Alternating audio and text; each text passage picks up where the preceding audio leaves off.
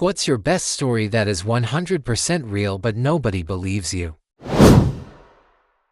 On the way to visit a friend, my husband and I got lost on a highway in Pennsylvania. By some weird chance, my husband's friend drives past us in the opposite direction. We see him and turn around to catch up to him. Finally pulling over, we are standing on the side of the road two-lane highway discussing the directions to the friend's house. Surrounding us are farms with corn and other various crops. Out of nowhere, a duck appears on the opposite side of the road. He is looking at us curiously while we are talking. We watch him look both ways and waddle across the road to where we are standing. Cars are honking at him as they attempt to drive past. He gets over to my husband, pecks at his shoe once, and then promptly walks back across the street dodging cars traveling at highway speed. He made it back across the street and disappeared into the crops. He risked his life to peck my husband's shoe and simply waddled out of our lives. My friend got a girl pregnant when he was 13 and the girl was 15. They met at the beach in Panama City, Florida. She was rich and lived in Ohio. He was poor and lived in Georgia. My friend never told anyone but me. He is now 28 and has a 15-year-old kid only I know about. The only reason he got away with it is because this girl's family was super rich. The girl never said who the guy was and would sometimes fly down to visit him in secret. I did not believe this shit until I saw pictures of his kid. His kid has never met him either and I do not think he even knows he exists. I always daydreamed that if my friend died I would have to tell his parents that he actually had a kid and they had been a grandma and grandpa for 15 years and never knew it.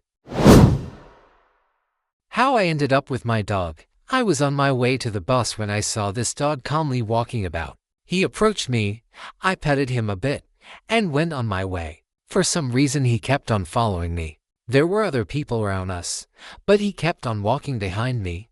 The bus station is by a busy street. I hoped to shake him off by the time I got there, but no. I wasn't sure what would happen if I got on the bus. Would he run after it? Would he hop on the bus? The stop I intended to hop off on is another heavily trafficked place. Neither of the options looked good, so I did the only thing I could think of. I headed home.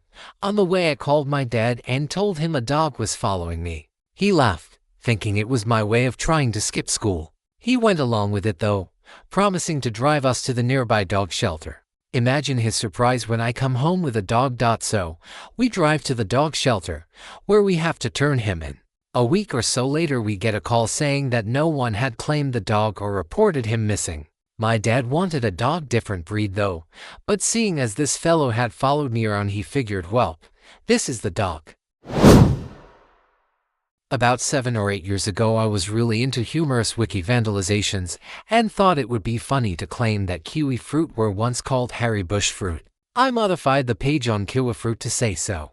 I cut and paste some random Chinese characters from elsewhere in the article and put this in Harry Bush fruit now Mugu. Since then, it has been repeated all over the place and currently returns 61,000 hits on Google. It has been printed in The Guardian, which means it is now a 100% verifiable fact and will quite likely never be removed from the offending article. It is a kind of scary implication. The Guardian journalist that wrote that article should have noted that Wikipedia was used as reference, but didn't. There could quite easily be other circular references like this, where a journal repeats something incorrect lifted from Wikipedia and publishes it, which then means the incorrect fact can be referenced in the press. I was in Sao Paulo, Brazil, on a business trip. The night before departure I wanted a drink, but the lounge of the hotel was closed for a private party. I didn't want to go out of the building alone at that time, so I started talking to one of the private guards. Then this lady came closer and asked if there are problems. I explained her I was hoping to get a drink but didn't want to bother. She started talking in a very good English. I can speak enough Portuguese to get by, but am definitely not fluent, and explained me it was a party after a wedding. She was older than me, probably late 40s, but very good looking. She asked me if I wanted to join her upstairs for a drink, and she brought me to her room.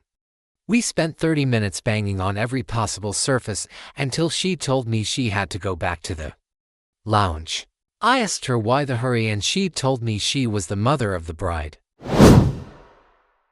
Another One was watching a minor league game and asked Deion Sanders for a hello. That was it. He waved me off and I was about 7 and somehow what a prima donna came out of my mouth. The look on his face when he stared at me was priceless. Fast forward, and he is ending his career with Dallas and I am waiting for a flight out. He has a huge posse holding up the line. So, I yell what prima donna is holding up the damn line. His posse parts and he looks at me and then a hint of recognition hits his face, and he goes back to talking to the ticket lady with a quizzical look on his face. When I was about 16, I was in a restaurant in Melbourne with my cousin. I noticed a young guy eating with his family. I said to my cousin, hey look, it's Harry Potter because of his similarities to Daniel Radcliffe. My cousin replied, that is Harry Potter. It was. He was in Australia shooting an Aussie film. A bit later I went to the toilet to pee. Whilst I was at the urinal, Daniel came in and began to pee in the urinal next to me. I looked over at him and we made eye contact and he said nice one, finished, washed his hands and walked out. No one has ever believed this, and only my cousin can vouch for the fact that we saw him but not for what he said in the toilet. Dear Daniel Radcliffe, Harry Potter told me I had a nice one whilst we were urinating next to each other. When I was little, my younger brother and I were always staying with babysitters during the day. This one time, we were with the same babysitter for a few months. As soon as we got to her house, I would hang me and my brother's coat on the coat hangers that were strategically placed right before the basement stairs. My brother was too little to reach the coat hangers, so I would have to hang his for him. Well, one day he got this stubborn idea that he wanted to hang his own coat. I remember being nervous, but I let him try anyway. He picks the hanger that is the closest one possible to the top of the basement stairs. As he is on his tiptoes, struggling to reach the hanger, he all of a sudden falls over and down the basement stairs. The babysitter heard him crying, then accused me of pushing my baby brother down the stairs. She told my mom about it later. To this day, no one believes me that I didn't do it. I would never hurt my little brother. When I was like 11, I went to this big children's fishing festival where all the kids in attendance got their names put into a hat and then drawn out to determine which guide. They were paired within groups of 2 to 3 per guide. Well, lo and behold, my name is first, so my brother and I get to go with the number 1 guide there, who happens to be a professional fisherman or something. The guy was the only guide to come with his own cameraman, like an actual cameraman tagged along with us. So apparently this guy, who was very nice and I had a great time with, is a somewhat famous fishing video maker, and my brother and I were filmed every time we reeled in a fish.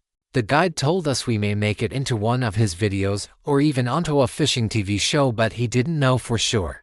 So one day I'm sitting there watching ESPN on a Sunday morning before church, and no shit, there I am with my little brother catching a big-ass walleye. Of course my parents were getting ready and my brother was in the shower, so no one else saw it, but it was nuts. This was before DVR or anything and I had no idea it was coming, so I couldn't set up a recording, but I was on ESPN for like 30 seconds. Probably the pinnacle of my fame right there. I posted this story a few weeks ago here and got a lot of replies suggesting I had fabricated it. The story is, however, 100% true. So my friends and I are sitting in my apartment, and my buddy Asian Nate, the Asian part is pertinent to the story, but also what we called him, begins telling a story about how he had recently jizzed in his own eye while fapping. Nate is a horrible storyteller. In the middle of his story, my other buddy, Jeremiah, gets up to use the restroom. For context, Asian Nate is sitting in a lazy boy recliner that is in the corner of the living room. The restroom that Jeremiah is visiting is at the opposite end of the room and a few feet down a hallway. If I had to wager, I'd say the door to the restroom was a good 20 feet from the recliner, also pertinent to the story. Nate rambles for long enough that Jeremiah has time to take a leak and wash his hand and step back into the hallway to hear the end of the story. Evidently Jeremiah's hands were feeling a bit chapped and he decided to grab the economy-size bottle of Jergens lotion from our bathroom. When for dudes live in an apartment, the 32 FL as lotion bottle is a good investment, and stand in the hall while applying said lotion to hear the end of Asian Nate's fapping story. Well, I guess Jeremiah lubed his hands up a little more than expected, and just as Asian Nate is delivering the punchline to his jizz in the eye story, Jeremiah loses his grip on the Jergens bottle. The miracle of physics that then took place is hard to do justice. The bottle did a perfect 180-degree inversion landing pump down on the floor. As Asian finally says the words, "And then I jizzed in my own eye," a stream of Jergens lotion is ejected at near light speed and lands, some 20 feet away, directly in Asian Nate's eye. If I live to 100, I will never see a more serendipitous series of events. It was magical. When I was 12 years old, I owned a Chihuahua named Taco. We named him this because he looked identical to the famous Taco Bell dog on the commercials. You know, Yo quiero Taco Bell. Anyways, one day at home Gulf Coast of Florida, I took Taco out for a little walk so he could go to the bathroom. Well, mind you, Chihuahua's legs are so short that if they run away you can literally go catch them with no problem, so leashes aren't required. So back to the story. Taco was minding his business, and as the 12-year-old boy I got distracted by a pair of lizards humping on a nearby tree. I noticed a shadow fly by and then heard a little yelp. I switched my focus only to see Taco in the talons of an eagle or hawk flying way into the sunset. I then proceeded to scream, "Taco, no!" But I couldn't do anything about it, so I walked inside and told my mom, and she still doesn't believe me to this day. 8 years later, no one believes me, and I am still missing Taco.to. Dear, I watched my Chihuahua fly off into the sunset in the talons of an eagled hawk. I've posted this before. I received 100+ comments and messages saying that shit's not true. But it is. I was in high school. I'm at a friend's house party. My girlfriend got belligerent drunk. I'm struggling to enjoy myself because I was barely buzzed and she was being annoying. She won't stop talking about how horny she is. I just want her to pass out, but she's having none of it. Won't take no for an answer. We go upstairs into a bedroom and start hooking up. She throws me onto the floor, gets underdressed like Jim Carrey on Bruce Almighty, and turns off the lights. She rips off my clothes, straddles me, and says, "You're gonna love this shit," as she lowers down. It doesn't even feel good. She's making all these noises like a savage. But there's just too much friction. I wasn't feeling it, and I'm about to tell her to get off of me. She lets out this noise that sounds like a combination of a deep cough and a hiccup. I'm like, "Babe, are you alright?" She lets out a Hurricane Katrina-style levee smasher storm surge of explosive diarrhea all over me. Apparently we had been doing anal and she lost control. So here I am, covered in Jaeger bombs, Taco Bell, and oppressive feces while in my friend's little brother's room. I try to fight off the traumatizing shock which I'm in. Someone needs to clean this shit up quickly. Luckily, everyone else was downstairs. I cleaned myself off with my undershirt and walked into the upstairs bathroom to find cleaning supplies. There was Resolve and Febreze there. I took those to the room and did the old pat down and scrub. Most of it came right up. The carpet was this ugly grayish color which made things a lot easier. I put my undershirt, and her shirt we used to scrub, in a plastic bag that I found in the bedroom. I popped the screen out of the window and threw it into the backyard. The coast was clear in the bedroom except this putrid smell of rotten whale blubber. I left the window open and sprayed basically the whole bottle of Febreze everywhere like I was a hitman cleaner. We walked downstairs. I told my friend that my GF threw up in the room, and that he shouldn't let anyone go in there tonight before it airs out. Volcano S and I walked outside, got in the car and drove to the street adjacent to his house. I walked in between houses to get to his backyard, hopped his fence, and retrieved the bag of deceit, sorrow, and teen anguish.tl. Dr. My first experience with anal was without my knowledge.